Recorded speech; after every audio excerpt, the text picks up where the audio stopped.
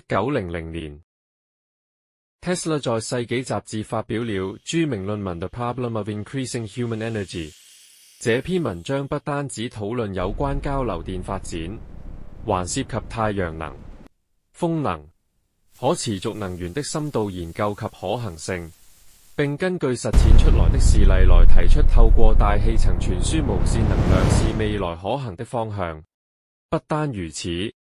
Tesla 將 Colorado Springs 那裡的研究記錄整理出另一篇名為 Colorado Springs Notes 1899至1900嘅文章，記錄了他對高壓電、避雷針以及無線電力傳輸的研究內容。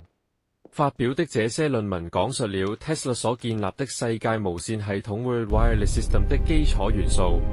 提出了透過無線電波連接全世界的構想。他早就預見了一個即時傳輸影像、圖像、聲音和文字的全球網絡，就是現代網路的最初形態。雖然這是對現代來說是理所當然的生活方式，但對當時的人只是天方夜譚。由於科羅拉多實驗的結果以及擁有電能無線傳輸系統、電導體的絕緣方法等等專利， Tesla 得到了有意開展無線傳訊這業務的 JP Morgan 投資15萬美元，但對方要求佔有這項目51%股權，以及 Tesla 未來所有專利的51%的所有權。